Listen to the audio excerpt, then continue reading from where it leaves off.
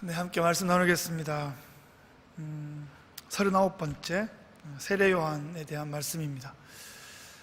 지난주 주일에 우리 교회는 32주년 창립 그런 감사주일을 맞았습니다. 오랫동안 기도하며 준비하던 교육관의 1차 건축이 잘 마무리되어서 영유아 유치부가 예배드리고 또 예배실 공간에서 함께 입당 감사 예배를 드리면서 지난주에 예배를 했습니다.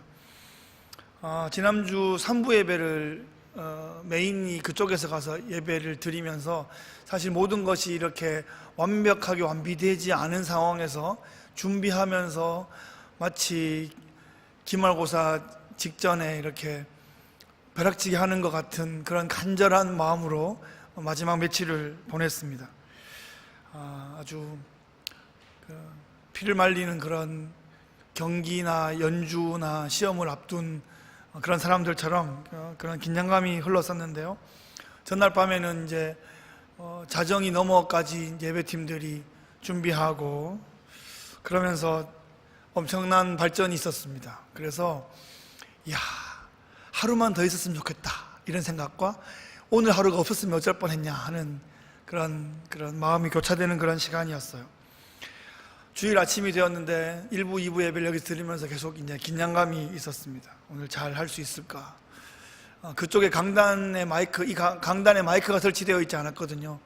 2부 예배를 마치고 이 강단을 뽑아서 이제 들고 갔습니다. 제가 들고 가서 설치하고 또 그 예배를 마친 다음에 이거 다시 뽑아와서 4부 예배 설치하고 그랬고요.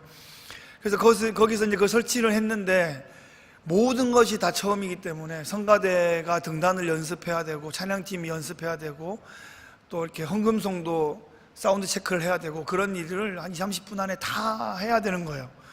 그래서 담임 목사님께서 마이크 체크를 못 하셨어요. 시간이 부족해서. 그래서 이제 연결은 되고 뒤에서 들어왔다는 사인은 들어왔는데 이제 마이크 체크는 못한 채 성가대가 올라오고 제가 이제 등단을 한 거죠. 마지막 찬양을 같이 부르는데 소리가 섞여서 이 소리가 내 소리가 나가는지 안 나가는지 잘 모르겠어요. 찬양 마치고 인내송을 마치고 기도를 탁 하는데 소리가 안 나오는 거예요. 그래서 큰 소리로 막 하고 있으니까 이제 마이크가 탁 하고 들어왔어요. 그래서 마이크가 들어왔구나. 그리고 이제 같이 시온성과 같은 교회 찬송가를 하는데 1절을 부르는데 목이 아프기 시작해요. 모니터가 안 들어온 거예요. 모니터가 안 들어왔다는 거 어떻게든 알려야 되잖아. 그래서 2절 하면서 계속 귀를 만졌어요. 이렇게 2번을 만졌는데 알아봤어요. 그래서 3절 할 때 퍽 하고 들어왔어요, 모니터가. 그래서 3절을 마치는데 모니터가 이제 균형을 딱 잡았어. 그러면서 이제 목사님 나오시면서 딱 들어가면서 제가 세례 요한의 형성이 이런 거구나 이런 생각했습니다. 깔아주는 거 확인하고 체크하고 딱 보시는 그런 마음이 좀 들었습니다. 사실 이제 오늘 우리가 세례 요한에 대한 말씀을 우리가 엘리야 할 때도 좀 나눴고 말라기 할 때도 제가 좀 나눴고 또 지지난주에도 좀 나눴고 그런데 오늘은 우리가 읽었던 본문은 세례 요한의 설교에 대한 본문이에요. 세례 요한 설교의 그 메시지를 오늘 좀 잘 듣고 나눈 방에서 잘 나누면 좋겠는데 또 세례 요한을 또 나눌 수 있을지 모르겠기 때문에 세례 요한의 전반적인 또 전체적인 그 삶의 방향성은 예수님의 오실 길을 준비해 드리는 그런 삶이었다. 우리가 그 영성과 그 비전과 또 그런 방향성으로 나가면 좋겠다 하는 것을 큰 그림으로 제가 드리고 오늘 말씀을 함께 나누도록 하겠습니다. 세례 요한은 어느 때 사역했는가? 오늘 본문 1절, 3장 1절부터에 보시면 1, 2절에 띄워주세요. 이렇게요. 디베르 황제가 통치한 지 15해 곧 본디오 빌라도가 유대 총독으로 헤롯이 갈릴리의 분봉왕으로 그 동생 빌립이 이두레와 드라고니 지방의 분봉왕으로 루사니아가 아빌레네의 분봉왕으로 안나스와 가야바가 대제사장으로 있을 때 바로 그때 하나님 말씀이 빈들에서 사가랴 아들 요한에게 임했다. 이렇게 세세하게 좀 안 써도 되는데 누가가 이렇게 써준 이유는 누가가 그게 좀 편하고 친숙하기 때문이고, 역사가이자 저널리스트이기 때문에, 그리고 그 당시에는 세례요한 그럼 다 알아요. 예수님 그러면 다 아는데, 이것이 2000년이 지난 다음에 그분이 역사적인 인물인지 실존 인물인지도 가물가물해지는 그런 시대가 됐잖아요. 2000년인데. 그런데 그 당시에 헤롯, 빌라도 뭐 이런 분들은 세속의 역사에서 봐도 그분들의 그 역사적인 기록들을 볼 수 있기 때문에, 안나스, 가야바, 헤롯, 헤롯, 빌라도 이런 사람들을 역사에 써주는 것은 후대를 위해서, 역사적인 사실과 신빙성을 위해서 매우 중요했습니다. 그런 역할을 누가가 해주고 있습니다. 세례 요한이 부름받은 그 시대에 헤롯이 있었고 빌라도가 있었던 그 시대 속으로 부름을 받았어요. 그러니까 세례 요한은 어디 공중에 붕 떠 있는 사람이 아니라 역사 속으로, 상황 속으로, 관계 속으로, 실제적인 어떤 사건 속으로 부르심을 받은 것입니다. 그 부름을 받은 거죠. 자기 의지가 아니에요. 내가 태어나는데 언제쯤 태어나겠고 어떤 상황에 태어나겠다고 결정한 바가 없어요. 부르심을 받은 거죠. 요한은 그렇게 부르심을 받아서 수동적으로, 신적 수동성으로 부르심을 받아서 그 자리에 서게 된 것입니다. 이제 요한에게 중요한 것은 그 부르심을 내가 어떻게 받고 어떻게 소화하고 어떻게 응답하느냐가 요한의 그 삶의 정체성과 방향성과 열매, 모든 게 거기에 걸려 있겠죠. 우리도 마찬가지일 겁니다. 요한은 제사장의 가정에서 태어났고요, 특별한 그런 은혜로 잉태되었고 모태에서부터 성령 충만했다, 이렇게 기록하고 있습니다. 누가복음 1장 17절 말씀에 우리가 여러 번 살펴봤던 말씀인데, 그가 또 엘리야의 심령과 능력으로 주 앞에 먼저 와서 아버지의 마음을 자식에게, 거스르는 자를 의인의 슬기에 돌아오게 하고 주를 위하여 세운 백성을 준비하리라. 이것이 세례 요한의 사역의 캐릭터였습니다. 엘리야의 심령과 능력으로 아비의 마음을 자녀에게, 자녀의 마음을 아비에게로 돌이키게 하는 그 사역을 위해서 준비시키겠다고 말라기 마지막에 이렇게 예언되어 있는 바로 그 사람입니다. 요한은 오래전에 예언된 사람이었고 또 오랫동안 준비된 사역자였습니다. 요한은 빈들에서, 광야에서 야인처럼 지냈습니다. 이스라엘에 가보면 이스라엘의 지형이 참 신비롭습니다. 성경의 땅을 밟아보는 그런 감격도 있지만, 이쪽으로 보면 도시가 이렇게 있는데 버스 이쪽으로 보면 광야가 펼쳐져 있어요. 그리고 좀 가면 또 강가가 이렇게 있고, 그러니까 이 강가와 도시와 이 광야가 공존하고 있습니다. 멀지 않은 그런 거리 안에 공존하고 있습니다. 그래서 요한이 빈들에서, 광야에서 외치는 자의 소리로 사역했는데, 또 조금 가면 요단강이 또 있는 거죠. 그 요단강가로 사람들을 불러서 또 회개 메시지를 전하고 회개 세례를 베풀고 하는 일들이 진행되었습니다. 3, 4절 말씀해 보시면, 요한이 요단강 부근 각처에 와서 죄사함을 받게 하는 회개 세례를 전파했다. 그리고 이어서 선지자 이사야의 책에 쓴 바 광야에서 외치는 자의 소리가 있어 이르되 너희는 주의 길을 준비하라, 그의 오실 길을 곧게 하라, 이렇게 말씀했다는 것이죠. 그러니까 누가가 지금 확인해주는 이사야의 그 글에서 광야에서 외치는 자의 소리가 있어서 주의 오실 길을 준비하는 어떤 소리가 있을 것이다 하는 그 예언이 지금 세례 요한에게 해당되고 있는 것이다 라고 지금 누가가 확인해주고 있는 것입니다. 누가는 빈들에서 외쳤던 이 세례 요한의 이 외침이 광야에 외치는 자의 소리로 예언되었던 이사야의 그 예언의 성취였다는 것을 확인해주고 있습니다. 요한이 목에 핏대를 세우며 외치는 그 모습, 그것이 이사야의 예언의 모습, 그것의 재현이다, 이런 말씀이죠. 요한은 무엇을 그렇게 목 놓아 외쳤을까요? 자신의 생을 걸 만한 그 무언가가 요한에게는 있었습니다. 요한의 생은 바로 그 숭고한 미션을 위해서 자신의 삶이 드려지고 바쳐질 때 온전한 의미가 있게 되는 것이었어요. 우리의 삶도 마찬가지입니다. 우리도 이 시대에 이 공동체 가운데 부름을 받은 것입니다. 우리가 선택한 게 아니에요. 여러분, 이 시간에 여기 있을 줄 계획하셨습니까? 10년 전에 아셨어요? 미국 동부 지역에 살게 될 줄 아셨어요? 전 전혀 몰랐습니다. 인도하심, 부르심에 따라서 우리가 순종하며 응답하며 살아가는 것입니다. 특별한 의미가 있을 겁니다. 이런 공동체를 만들어 주신 특별한 이유와 목적이 있을 것입니다. 열매를 기대하는 것입니다. 우리를 통해서 이루어질 그런 미션들과 우리 이후의 그 열매들을 기대하시는 겁니다. 이제 우리도 세례요한의 영성을 가지고 빈들로 나가야 합니다. 또 강가로 나가야 하고, 또 영혼들에게 목 놓아 외쳐야 될 그 외침이 있어야 됩니다. 우리의 생을 걸만한 분명한 그 외침이 필요합니다. 우리에게 주신 은사와 이 기회와 모든 자원들이 어떻게 쓰여지는가, 어떻게 이것이 연합하여 시너지를 내는가 하는 것은 우리를 부르신 그분의 그 부르심에 정말 제대로 응답해야 하는 우리의 소명이 거기에 있습니다. 세례요한의 설교 핵심을 한번 살펴보죠. 세례요한은 그 자리에 꾸준히 서 있었어요. 하루 이틀 만에 사람들에게 그런 주목을 받지는 않았을 겁니다. 하루 이틀 저러다 말겠지 그러는데 계속 광야에서 외치는 거예요.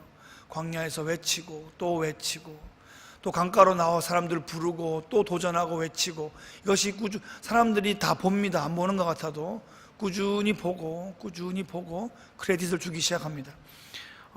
뭔가 좀 다른 사람이구나, 뭔가 특별한 소명을 정말 제대로 실천하고자 하는 사람이구나, 크레딧을 주기 시작합니다. 세례요한은 좀 특별한 그런 삶의 모습과 양식이 있었고, 또 카리스마도 탁월했던 것 같습니다. 백성들의 신뢰를 얻고 인기가 점점 높아져 갔던 것 같습니다. 사람들이 물어볼 때 당신이 우리가 기다렸던 바로 그 메시아입니까? 라고 그렇게 사람들이 많이 물어볼 정도로 많은 신뢰를 받았습니다. 요한은 흔들리지 않습니다. 제가 그쯤으로 보이십니까? 이러면서 이렇게 막 흥분하거나 헛발질한 것이 아니라 흔들리지 않습니다. 자신의 목적이, 부르심이 무엇인지 분명히 자각하고 있습니다. 세례요한의 그 분명한 생의 부르심과 방향과 목적, 그것은 오실 메시아의 길을 준비하는 그것이었습니다. 거기에서 정말 한치도 흔들림이 없었기 때문에 세례요한은 지금도 빛나는 별처럼 신앙인들의 모델로 굳게 서 있는 것입니다. 그렇게 세례요한처럼 잘하다가 이게 삐딱선을 타게 되면 자기도 망하고 공동체도 망하고 시대도 완전히 역전시키는, 역전이 좋은 게 아니라 완전히 역행시키는 이런 일을 할 수도 있는 겁니다. 중요한 역할을 맡은 사람일수록 그것을, 역사를 퇴행하게 하는 역할도 할 수 있는 거죠. 그만큼 세례요한은 당당했고 거침이 없었습니다. 하나님 앞과 또 사람들 앞에서 자신의 삶이 투명했기 때문입니다. 하나님과의 관계가 깊고 튼튼했기 때문에 아주 당당하게, 아주 당차게 자신의 사역을 꿀림없이 감당할 수 있었습니다. 세례요한의 모든 사역은 하나님과의 그 깊은 관계에서 흘러나오는 그런 강력한 그런 힘이 있었습니다. 7절에 보시면 요한이 세례받으러 나오는 무리에게 이르되 독사의 자식들아 누가 너희에게 일러 장차 올 진노를 피하라 하더냐, 이렇게 외치고 있습니다. 독사의 자식들아, 이 언어와 문화를 고려한다고 하더라도 독사의 자식들아라고 번역이 되어 있어서 꽤 좀 심한 표현으로 보여집니다. 요한이 이 정도로 기고만장해서 이제 백성들에게 막 욕도 막 하는 것으로 그렇게 우리가 받아들여야 할까요? 사실은 이제 독사의 자식들 이렇게 써서 그렇지, 우리가 막 읽고 싶은 대로 막 읽는다 그러면 야 이 뱀 뭐뭐더라 이렇게 불렀다고 그렇게 이해해도 좋을까요? 그런 걸까요? 가만히 이 장면 한번 묵상해 봅시다.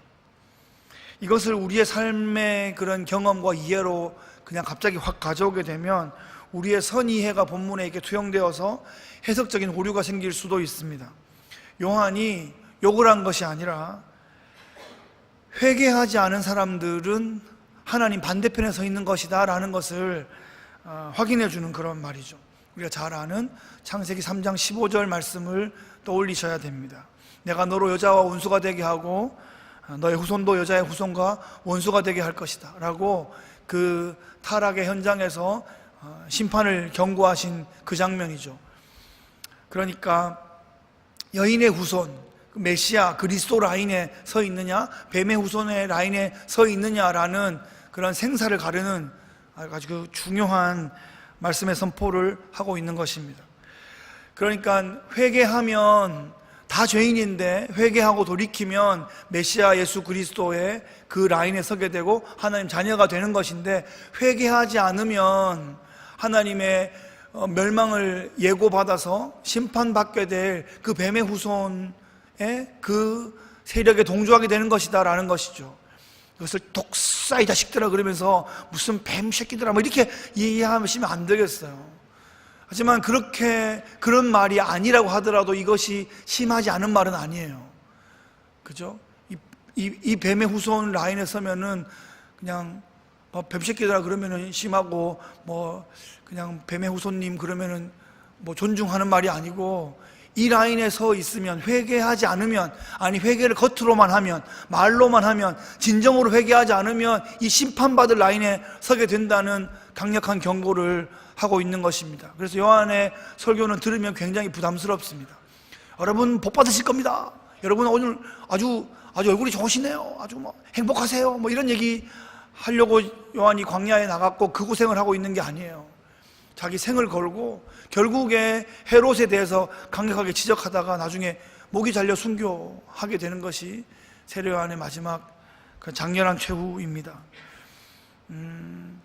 진정한 회개가 없으면 심판이, 멸망이 예정되어 있다. 진실로 회개해야 된다라고 지금 요한이 외치고 있습니다. 제가 지금 하는 이 목소리 한 10배쯤으로 증폭해서 들으셔야 됩니다. 지금 힘이 없어가지고 큰 소리를 못하고 있는데 요한은 목이 터져라 외쳤어요. 회개하라. 천국이 가까웠다. 가까이 왔는데 회개하지 않으면, 임박했는데 회개하지 않으면 진노가 너희를 덮을 것이다. 이런 외침입니다. 그러니까 독사의 자식들을 저주하는 그 수준의 지금 요한의 외침이 있는 것이 아니라 자신에게 나오는 그 백성들에게 진실로 회개해야 함을 경고하고 도전하고 있는 그런 메시지로 이해해야 할 것입니다. 8절에 보시면 그러므로 회개에 합당한 열매를 맺고 속으로 아브라함이 우리 조상이라고 말하지 마라. 이게 세례 요한의 설교 핵심입니다. 애타는 마음으로 회개를 부르짖고 있어요. 속으로 그들이 생각해요. 우리가 아브라함의 자손인데, 내가 아브라함 몇 대 손인데, 이런 생각을 하고 있는 거죠. 혈통적으로 완벽한데, 족보, 여러분 족보 있으시죠? 족보. 제 아버지가 막내신데 집안에 좀 이렇게 가장 맞이 역할을 좀 하셨어요. 그래서 제가 한 20년 전에 족보를 막 이렇게 정리하시고 그 족보 만드는데 후원도 하시고, 집에 족보가 막 이만큼 와 있더라고요. 제 이름 막 찾아보니까 이름 나오고 애들 이름도 나오고 하더라고요. 족보. 이스라엘 사람들 또 우리 또 한국 민족이 족보를 이렇게 좋아하고 많이 따지는데, 그 아브라함의 후손이라고 속으로 생각하고 만족하는 그 수준이 아니라 진실로 회개하지 않으면 헛것이다 라는 경고를 하고 있어요. 그래서 진실로 회개했다면 그 증거가 뭐냐? 회개에 합당한 열매를 맺어야 한다는 거죠. 그래서 우리의 배움은, 우리의 나눔은, 우리의 모든 사역은, 성경 공부는 결론적으로 열매로 나가야 돼요. 그냥 단순한 이해 정도에 머물면 안 돼요. 지식에 머물면 안 돼요. 행함으로 나가야 돼요. 모든 것은 행하기 위한 준비여야 하고 행함으로 나가야 마땅합니다. 믿으면 구원이다. 그러면 행함은 믿으면 구원이라니까 라고 믿음을 강조하는 거는 좋은데, 왜냐하면 그 믿음조차도, 그러면 믿음을 강조하면 내가 믿었다는 게 강조되는 건가요? 그 믿음을 강조하는 것도, 믿음도 은혜거든요. 그러니까 믿음을 강조하게 될 때 그 믿음 안에 행함이 함께 있다는 것이 강조되어야 되는 거지, 내가 믿었다는 걸 강조하면 그것도 자기 자랑이 되고 말 수 있어요. 믿지 않는 사람을 이렇게 막 비판하고 비난하고 경멸하는 것으로 사용되어서는 안 돼요. 믿어진 게 은혜니까요. 그래서 믿음 안에는 행함이 포함되어 있어요. 회개에 합당한 열매를 맺어 나가야 합니다. 진정으로 회개한다면 우리의 삶의 구석구석이 조금씩 바뀌어 나갈 것이다 라고 오늘 본문은 우리에게 도전하고 있습니다. 그 당시에 그 나왔던 백성들에게 어떻게 적용될 수 있는가, 10절 말씀에 보면 무리가 세례 요한에게 다시 물었습니다. 그러면 우리가 무엇을 하리까? 이 세례 요한의 설교는 백성들에게 반응을 이끌어내고 있습니다. 정직하게 말씀 앞에 서면 그 말씀이 우리에게 행동의 변화를 요구합니다. 그것을 막 우리 거부하지 않으면 그 말씀이 우리에게 변해야 한다, 바꿔야 한다라고 우리에게 계속하여 도전하고 있죠. 듣기만 하면 판단만 하게 돼요. 그런데 자꾸 이렇게 말하는 사람을 판단하든지 다른 사람을 판단하든지 그렇게 돼요. 근데 듣고서 행동하기 시작하면 다른 사람 판단할 시간이 없어요. 자기 변화시키기도 바빠 죽겠어. 그래서 각자가 자기가 들은 말씀을 가지고 자기를 변화시키기 시작하면 서로를 존귀히 여기고 아주 공동체가 건강하고 행복해지는 것입니다. 머리가 지나치게 크면 아무리 멋을 내도 한계가 있습니다.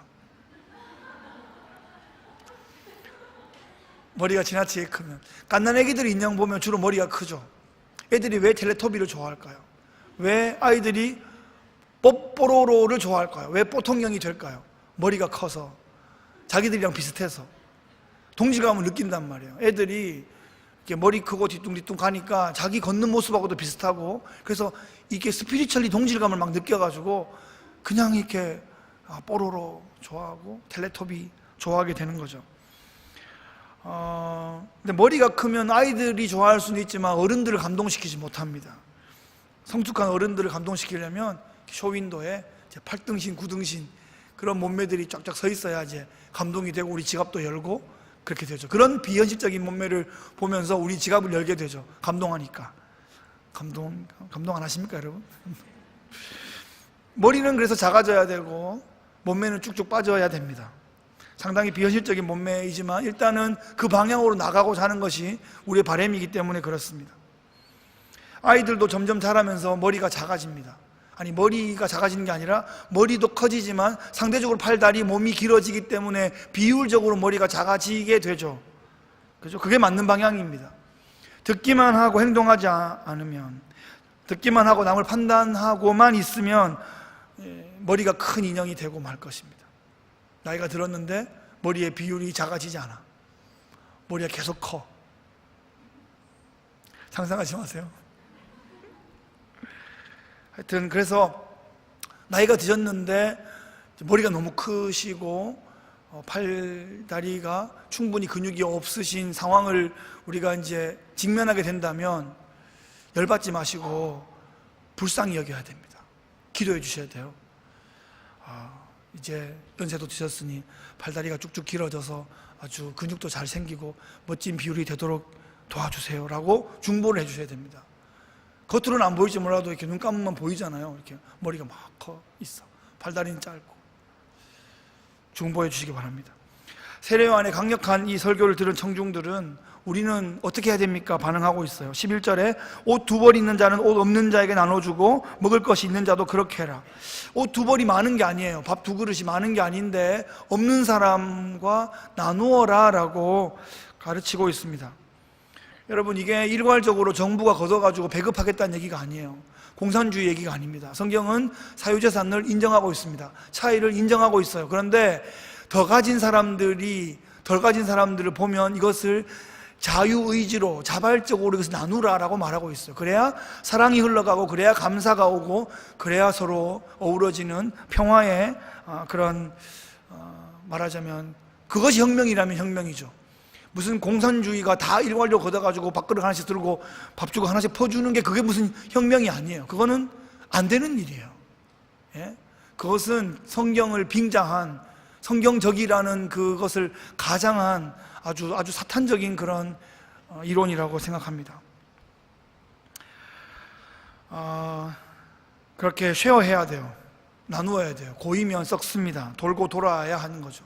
파도도 쉴 새 없이 파도가 치기 때문에 바다가 썩지 않는다 하는 것을 기억해야 할 것입니다. 12절에 세리들도 세례를 받고자 와서 이르되 선생이여 우리는 무엇을 하리이까. 세리는 당시에 악명 높은 그런 로마 제국의 앞잡이였습니다. 조세 징수권을 하청받아가지고 백성들에게, 자기 동족들에게 거두면서 자체 커미션을 엄청나게 많이 받아 챙겨서 아주 부를 누렸던 그런 사람들이었어요. 일반적으로 부정직했고 탐욕스러웠고 동족을 배신할 수 있는 그 확률이 가장 높은 배신자, 예정자들이었습니다. 백성들의 타도 척결 1순위에 있는 그런 사람들인데, 그 세리들도 회개하고 돌아오면 하나님께서 받아주신다, 이렇게 요한이 요청하고 있습니다. 그러니까 지금 이 상황에서 요한이 하는 말이, 세리 그 제도가 이상한 거야, 세리 제도 없애버려, 조세 내지마, 이렇게 말하고 있지 않다는 거죠. 로마 제국도 지금 인정하고 있고 세리라는 직업도 인정하고 있어요. 해야 할 것은 세리가 정직하게, 정확하게 그것을 하게 되면 세리도 하나님 앞에, 또 서로도 서로에게 신뢰를 주고 안정될 수 있다는 말씀을 해주고 있습니다. 세리가 해야 될 것은 부가된 것 위에는 거두지 말라, 13절에 말하고 있어요. 남들보다 더 많이 죄를 지었으니까 더 많이 울어라, 이렇게 말하는 것이 아니라 부가된 것 위에는 거두지 말라는 거죠. 이게 진정한 개혁입니다. 그러니까 권위와 질서와 기준, 이런 것을 다 뒤집어 엎어버리는 것이 혁명이 아니라 그 안에서 바르게 하는 것, 이것이 개혁이고 혁명인 것이죠. 근데 이게 참 쉽진 않은 거예요. 자기에게 권력이 있고 또 힘이 있으면 그 권위와 권력을 사용해서 오용하고 남용하기에 마련입니다. 적절한 질서에 따라서 건강한 구조로 이 자원이 배분되는 것이 참 쉽지 않습니다. 그런데 회개한 세리가 법대로 집행하기만 하면 조금씩 변화되기 시작할 것입니다. 나비 효과, 찻잔 속의 태풍이 아니라 이것이 점점 어느 한 시대를 움직일 수 있는 그런 방향으로 나가게 됩니다. 14절에 보시면 군인들도 묻는 거예요. 우리는 무엇을 하리까? 이렇게 물으니까 사람에게서 강탈하지 말고 거짓으로 고발하지 말고 받는 급료를 족한 줄로 알아라, 이렇게 말하고 있습니다. 여기서 말하는 군인은 로마 군인은 아닌 것 같아요. 백성들의 치안을 담당하는 유대 그런 군병들인 것 같습니다. 그들에게는 조직이 있고 또 무기도 있고 힘도 있습니다. 그것을 이용해서 더 가지고자 하는 것은 사람들의 보편적인 그런 마음이에요. 초등학생들도 뭐 반장이나 선도부장, 완장을 채워주면 뭔가 달라져요. 뭔가 자기가 더 얻으려고 하고, 뭔가 하고 남는 게 있으면 더 가지려고 하고, 그런 것이 어린아이 때부터 나타납니다. 하여튼 완장 하나 차면은 사람이 달라지게 되는 것이 그냥 보통의 형편이에요. 나는 안 그럴 거다 생각하지 마세요. 이게 정말 어떤 시스템으로 제어가 되든지 본인이 정말 결단하여 장악하지 않으면, 마음이 성령에 장악되지 않으면 완장 하나 차면은 조금이라도 베네핏을 더 얻고자 하는 것이 우리의 마음이에요. 조직이 있고 무기가 있는데 그러니까 막 뺏는 거죠. 안 뺏기려고 하면 어떻게 한다고요? 이상하게 이렇게 이렇게 고발해가지고 아주 골탕을 먹여버리는 거죠. 그래서 골탕 안 먹으려고 그러면 또 갖다 바쳐야 되는 그런 상황이 되어 있습니다. 그제나 이제나 이런 일들이 벌어지죠. 군인은 명예로 살아야 되는데 명예와 부를 함께 가지려 하다가 반드시 문제가 생기는 거죠. 세례요한의 설교를 이제 우리 삶에 한번 적용해 봅시다. 그렇게 만만한 설교는 아니죠.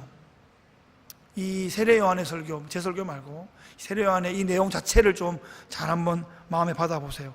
이거 잘 생각해 보면 이거 듣지 않으면 죽는 거예요. 이거 행하지 않으면 망하는 거예요. 그 수준에서 이 말씀을 무겁게 받아야 됩니다. 그래서 여러분, 이 자리에 있는 우리 한 분 한 분이 최소한 내 가족, 내 친구, 우리 패밀리, 우리 가문 정도는 내가 책임지겠다는 그런 자세로, 그런 영적인 그런 준비를 하셔야 됩니다. 부모 형제 나를 믿고 단잠을 이룬다, 이런 자세로 사나이 그런 자세로 여러분들 영적인 그런 정병으로 서셔야 합니다. 몇 가지 아까 말했던 그 세 가지 그대로예요. 우리가 가진 것을 필요로 하는 사람들과 나눠야 됩니다. 물질에 조금 여유가 있으면 잘 나누어 주시면 좋겠어요. 쌓아두면 썩어요. 돈은 돌고 돌아서 돈인데 이걸 쌓아두면 썩습니다. 만약 여러분에게 100억짜리 태양의 눈물 물방울 그 다이아 목걸이가 있으면 어떻게 하실래요? 100억짜리인데 이게 달고 다니실래요? 달고 다니시겠어요? 한 3분은 끄덕끄덕 하시는데 어떻게 될지 모르시겠습니다. 굉장히 위험할 겁니다. 100억짜리를 달고 맨하탄을 이렇게 활보하게 되면 위험할 겁니다. 100억짜리 태양의 눈물 다이아 목걸이를 갖게 됐다. 조용히 갖게 될 리가 없어요. 신문에 크게 날 거예요. 누가 그걸 갖게 됐다. 얼굴이 팍 나오고 막 사진 찍을 거예요. 그러고 난 다음에 그 다음 날부터 맨하탄이고 막 다녀. 낮밤으로 다녀. 그럴 수 있겠어요? 안 될 거예요. 일단 큰 금고를 준비하고 집안에 금고 깊이 3중 금고 안에 넣어 놓을 수 있어요. 얼마만에 한 번씩 보실래요? 그렇게 사실래요? 아니면 은행에 넣어 놓으실래요? 얼마만에 한 번씩 가서 꺼내 보실래요? 100억 있은들 어떡하겠어요? 그러니까 물질은 있을 때 잘 사용해서 나도 살고 남도 살리게 사용해야 되는 거지, 묻어두고 이걸 100억짜리로 하나 만들어 가지고 이걸 달겠어요? 숨기겠어요? 이것을 어디 맡기겠어요? 어쩌겠어요? 이게 100억이어서 문제지 그만큼 안 커도 사실은 있는 대로 잘 나누어서 살리고 살리는데 사용해야 되는 것입니다. 공정하고 정직하게 일해야 한다. 우리 세리에게 말한 내용입니다. 일터나 직장이나 그 모든 우리의 사역에 있어서 공정하게 처신하고 정직하게 일해야 됩니다. CCTV 하나만 틀어놔도 사실 상황이, 행동이 좀 제어가 되잖아요. 근데 우리는 CCTV 정도가 아니라 불꽃 같은 눈으로 졸지도 않으시고 감찰하시는 하나님의 눈앞에 서 있다고요. 우리 종교개혁 선배들이 코람데오라는 그 하나님 면전의식, 그 신전의식에 대한 좋은 가르침을 우리에게 주셨잖아요. 코람데오 정신으로 항상 하나님께서 주목하고 계신다는 마음으로 서야 돼요. 그렇게 서면 달라져요. 달라져야 됐어요. 사실 한국이 25%가 크리스찬이다 할 때 25%가 하나님 불꽃 같은 눈을 감찰받고 있다고 생각하고 삶을 살기 시작했으면, 그렇게 학교 생활을 하고 그렇게 직장의 일터를 살기 시작했으면 더 바뀌었어야 되는데 뭔가 바뀌려다가 좀 망한 것 같고 지금은 오히려 막 미끄럼을 막 타고 있는 것 같은 그런 상황에 와 있습니다. 그런 신전의식, 하나님이 보고 계시다는 약간의 그런 흥분, 그런 걸 가지고 애들이 뭔가 좀 하게 됐을 때 엄마가 보고 있는지를 계속 확인하면서 이렇게 하잖아요. 자전거를 처음 타게 됐을 때 엄마 아빠가 저기서 보고 있는지 계속 확인하면서, 앞만 보고 좀 갔으면 좋겠는데 넘어질까봐. 그런데 그 보고 있는지를 확인하고 싶은 거죠. 보여주고 싶은 거예요. 내가 지금 이틀 만에 이렇게 중심을 잡고 타고 있는 자랑스러운 걸 보여주고 싶은 거죠. 좀 그런 마음으로 코람데오로 이렇게 정직하게 살면 좋겠어요. 셋째는 아까 군인에게 한 말은 자족할 줄 알아야 된다는 거죠. 이 자족은 차원 높은 수준의 삶으로 우리를 인도하는 공공연한 비밀입니다. 공개된 비밀이에요. 자족할 줄 알아야 됩니다. 이 자족을 못하면 항상 아주 시기와 질투와 원망과 불평과 아주 불안에 가득 차게 되죠. 사람들이 주위에서 떠나기 시작해요. 이유를 알 수 없어서 또 막 소리 지르고 또 사회를 원망하고, 요즘 사회의 어떤 이 사상들을 이렇게 보면 권위를 해체하는 그런 방향으로 나가요. 모든 금지된 것을 다 금지하라, 이런 슬로건이 있어요. 요즘 한국에서 학생인권 조례, 차별금지법, 그런 걸 얘기하면서 하는 말들이에요. 그래서 선생이 학생을 혼내면 그것은 안 되는 거고, 학생은 선생 멱살을 막 잡을 수 있어요. 근데 그것은 별로 처벌받지 않아요. 왜냐하면 그동안 눌려 있었으니까 그거에 대한 자유와 해방을 막 주는 거죠. 이상한 방향으로 사회가 가고 있어요. 남성과 여성이 있는데 그것을 차별하는 것 자체가 사회가 우리에게 이렇게 막 주입한 것이다 라고 말하면서 성 자체를 막 이렇게 막 구별을 없애버리려고 하는 게 이 시대의 문화, 그게 성정치로 막 나가는 그런 흐름이 있단 말이에요. 하나님은 종류대로 창조하셨고 질서와 권위를 통해서 창조하셨는데 그 질서 다 무너뜨리고자 하는 것이 이 시대의 어떤 흐름인데요, 사상적인 흐름인데 그 배후에 뭐가 있는지, 누가 있는지, 어떤 영적인 세력이 있는지를 우리는 직시할 수 있어야 됩니다. 그냥 세상이 막 가니까 막 좋아하니까 좋은 게 아니라 똑바로 한번 봐야 돼요. 그런 관점으로 지금 나오고 있는 뉴스들을 잘 한번 보세요. 영적인 큰 기운이 이제는 교회 공동체를 제외하고 다른 것들은 거대한 카르텔을, 연합전선을 구축하는 것처럼 보여요. 우리가 진리 안에 아주 굳게 서서 교회의 빛된 사명을 잘 감당해야 되는 그런 시기에 와 있습니다. 말씀을 정리하겠습니다. 요한의 설교는 셉니다. 엘리야의 모습 같습니다.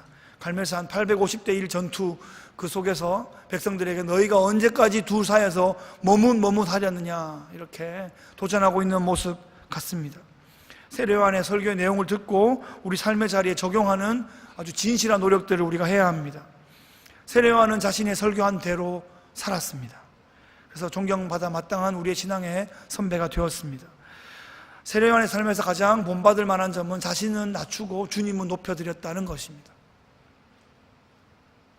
자신을 낮추는 것, 이것은 신앙의 매우 고차원적인 그런 영역이죠. 성숙한 차원입니다. 머리의 비율이 상대적으로 작아지고 8등신, 9등신이 된 그런 모습으로 이해할 수 있겠습니다. 이게 잘 되지 않으면, 자기를 낮추고 남을 높이는 게 잘 되지 않으면 아직은 머리가 큰 것입니다. 아직은 유아적인 상태에 있다고 보아집니다. 세례요한도 자랑하려면 자랑할 게 참 많았습니다. 사람들이 메시아가 아니냐 막 몰려들 정도였는데 세례요한은 나는 그분의 신발끈을 메고 풀기도 부족한 사람입니다 라고 자신의 위치를 아주 확실히 깨닫고 있습니다. 세례요한의 인생의 하이라이트는 오늘 마지막 그 21절 22절 두 절 한번 보여주시면요, 백성이 다 세례를 받을 때 예수도 세례를 받으시고 기도하실 때 하늘이 열렸어요. 그리고 이어서 성령이 비둘기 같은 형체로 그의 위에 강림하시더니 하늘로부터 소리가 나기를 너는 내 사랑하는 아들이라 내가 너를 기뻐하노라. 예수님의 이 공생애의 시작, 원래 메시아로 오셨지만 메시아로 아주 오피셜리, 아주 퍼블리컬리 이제 공포하는 세리모니를 세례요한이 열어준 거예요. 그 일에 수종든 것입니다. 이 일을 한 것으로만 해도 세례요한은 이 땅에 태어났던 사람들 중에 가장 중요한 일을 한 사람이다, 이렇게 말할 수 있겠습니다. 겸손하게 준비하면 하나님께서 반드시 사용하십니다. 그 세례요한 같은 영성으로 잘 준비된 우리가 되면 좋겠습니다. 그래서 주님의 오실 길을 예비하는 광야의 소리들 되시기를 주의 이름으로 축복합니다. 기도하겠습니다. 하나님 아버지, 감사합니다. 그 위기의 시대 가운데 세례요한을 부르셔서 예수님의 오실 길을 준비하게 하셨습니다. 세례요한이 겸손하게 그 일을 잘 준비하여 예수님의 사역의 그 예비가 되었습니다. 하나님, 저희를 예수님 제자로 이 시대에 불러주셨습니다. 공동체로 우리를 묶어주셨습니다. 예수님을 닮아가게 하시고 다시 오실 예수님의 길을 함께 준비해 나가는 거룩한 신부의 공동체 되게 하여 주시옵소서. 감사드리며 예수 그리스도의 이름으로 기도드리옵나이다. 아멘.